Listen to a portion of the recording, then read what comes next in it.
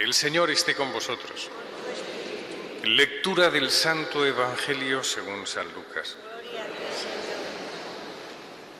En aquel tiempo dijo Jesús a sus discípulos: «Comprended que si supiera el dueño de la casa a qué hora viene el ladrón, no le dejaría abrir un boquete.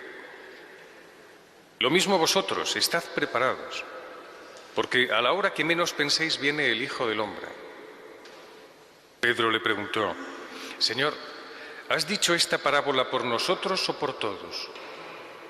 El Señor le dijo: «¿Quién es el administrador fiel y solícito a quien el amo ha puesto al frente de su servidumbre para que les reparta la ración a sus horas? Dichoso el criado a quien su amo al llegar lo encuentra portándose así. Os aseguro que le pondrá al frente de todos sus bienes. Pero si el empleado piensa, mi amo tarda en llegar, y empieza a pegar a los mozos, a las muchachas, a comer, a beber, a emborracharse, llegará el amo de ese criado el día y a la hora que menos lo espera y lo despedirá, condenándolo a la pena de los que no son fieles. El criado que sabe lo que su amo quiere y no está dispuesto a ponerlo por obra, recibirá muchos azotes. El que no lo sabe, pero hace algo digno de castigo, recibirá pocos. Al que mucho se le dio, mucho se le exigirá. Al que mucho se le confió, más se le exigirá». Palabra del Señor. Gloria a ti, Señor Jesús. Vamos a hablar un pelo de San Juan Pablo II, ya que es su primera fiesta, pero vamos a empezar, digamos, desde un punto de vista un poco diferente. Todos los que estamos aquí, nos veis desde vuestras casas, residencias, etcétera, lugar donde soléis estar en posición doliente, todos sabéis que hay una fuerza que nos alimenta. Hay algo dentro de nosotros que no sabemos lo que es, pero nos ha hecho nacer, y yo nazco ya y vivo ya con esa fuerza. ¿No os dais cuenta? Cuando una persona muere, de repente, el otro día que vi fallecer a una persona muy querida para unos amigos míos, de repente me dijeron, su fuerza, me lo explicaban así, a su manera, ¿no? Su fuerza ya no estaba con él, ya no era él. No sé qué experiencia habéis tenido con vuestros padres cuando los habéis visto fallecer, ¿no? Pero a mí casi todo el mundo me dice, a pesar de haber visto el cuerpo de mi padre ya no estaba ahí. Como si de repente se le hubiera ido toda la fuerza que le mantenía con vigor, con vida, con ese humor que tenía, con su manera de mover los ojos, todo eso de repente se ha ido. Hay como una fuerza interior natural que hay dentro de nosotros. Imaginaos, por ejemplo, que si os gustan los musicales antiguos de Hollywood, ¿os acordáis de Gene Kelly? El de Cantando bajo la lluvia, el de un americano en París. Claro, este hombre tenía un regalo, que era un don, aparte del trabajo que él hizo, evidentemente, de saber bailar como nadie. O sea, nadie bailaba como Gene Kelly. Además, tenía una alegría en los ojos especial. Cuando nosotros recordamos y rememoramos la figura de Gene Kelly y vemos otra vez Cantando bajo la lluvia, un americano en París, nos damos cuenta de qué bonito es cuando una persona está llena de algo para ofrecer a los demás y que además es una cualidad muy personal, ¿no? Y lo regala a los demás. Pero hace unos años le hicieron un homenaje, le dieron el Oscar honorífico. No hay cosa más triste a veces que darte un Oscar honorífico, porque te están diciendo lo siguiente que te queda es morir, porque ya es como el final de tu vida, ya no interpretas nada, sencillamente has hecho un buen papelón en tu vida. Salió Gene Kelly, el bailarín, apoyado por 2 o 3 personas y él andando como cojo, y ahí te das cuenta de que hay fuerzas que son muy temporales. Le duró el ritmo lo que le tuvo que durar. Porque todo lo humano, todo lo natural, toda la fuerza que uno recibe de la naturaleza tiene fecha de caducidad. Termina. Nos hizo felices durante un tiempo. Y los que podemos verle pues, en películas, pues duran mucho más, ¿no? Pero uno termina, si se confía exclusivamente a sus propias fuerzas, las fuerzas se lo comen a uno. Esto es un principio, ¿eh?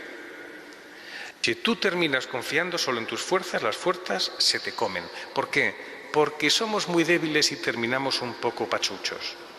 Mi tía monja, Tenía una tía monja que era directora de un gran colegio, de un colegio espectacular, y ella trataba a todas las alumnas, por aquel entonces, como si fueran una vela, todas rígidas, la tenían pánico, la tenían miedo porque debía tener un carácter espectacular. Y yo la conocí cuando ya era mayor y era mi tía monja más dulce, más rica, era como una especie de... una galletita, ¿sabes? Era, como decís las mujeres, era más mona con sus 80 y tantos años, que entonces yo hablaba con ella y me recomendaba cosas, pero su tono de voz no era el salvaje o el duro o el severo que utilizaba con las niñas en el colegio, sino se había convertido en una especie de monja dulce, amable, cariñosa, que sabía escuchar, que te recomendaba lo esencial para tu vida sacerdotal. Y claro, yo decía, lo que hace el tiempo con la fuerza de uno, ¿no? Todo ese vigor había desaparecido. Ahora era, pues, una abuelita de cuento, ¿no? Eso pasa siempre cuando uno confía en los elementos meramente humanos. Juan Pablo II, ¿qué era lo que mantenía a Juan Pablo II durante toda su vida? Tenía una fuerza extraordinaria. Naturalmente estaba muy preparado. Mentalmente y neuronalmente era un fiera porque podía hablar con los ateos, no creyentes, con los científicos, y tenía varias reuniones con ellos siempre en su palacio episcopal en Cracovia. Pero al mismo tiempo era un hombre que hacía mucho deporte. Iba en canoa, hacía esquí. Un día cuando fue nombrado cardenal y él seguía esquiando, ¿sabéis que le preguntaron? Un momento. ¿Cómo es posible que un cardenal de la Iglesia se ponga a esquiar?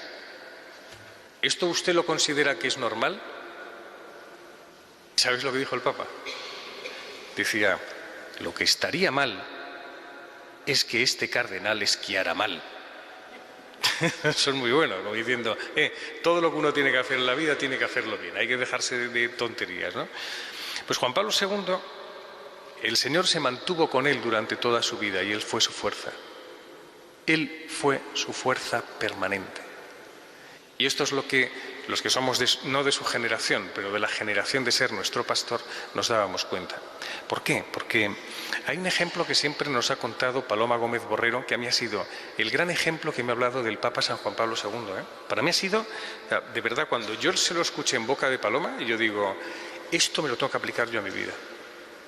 Era un hombre de una pieza. ¿Por qué? Porque cuando terminaba todos los discursos, todas las alocuciones, sus intervenciones, se iba, por ejemplo, a África, y Paloma nos contaba, nosotros estábamos trabajando en la Nunciatura, donde él dormía. Entonces él dormía en la parte de arriba, y a las 2 de la madrugada, después de una jornada intensiva, bajó a la capilla a rezar durante 1 hora.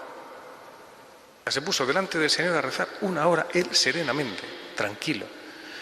Y luego salió y se encontró con Paloma. Él le dice, ¿pero qué estás haciendo aquí? Le dijo, pues trabajando con sus discursos, te hago trabajar mucho, lo siento. Y se subió. Era un hombre que en la relación con el Señor, con la fuerza que le daba dentro, había una correspondencia permanente. Y eso es muy hermoso, porque dices, la fuerza no le venía de él. Por mucho que él hubiera estado en canoa y esquiar, la fuerza le venía de otro que le sostenía de la mano. Y eso es lo más bonito, ¿no? ¿Qué capacidad tenía de rezar en público? No solamente rezar en privado, rezar en público con la cruz. Por eso todos tenemos una fotografía del Papa con una cruz. ¿Por qué? Porque cuando la portaba, lo que hacía era rezar y estar bien cogido a la cruz para pedir por todas aquellas personas que tenía delante y ponerlas delante de la cruz. Rezaba cuando estaba con gente, no se amilanaba, no se cortaba un pelo, ¿no? Y luego, una cosa muy importante es que de mayor, y bien que le vimos mayor,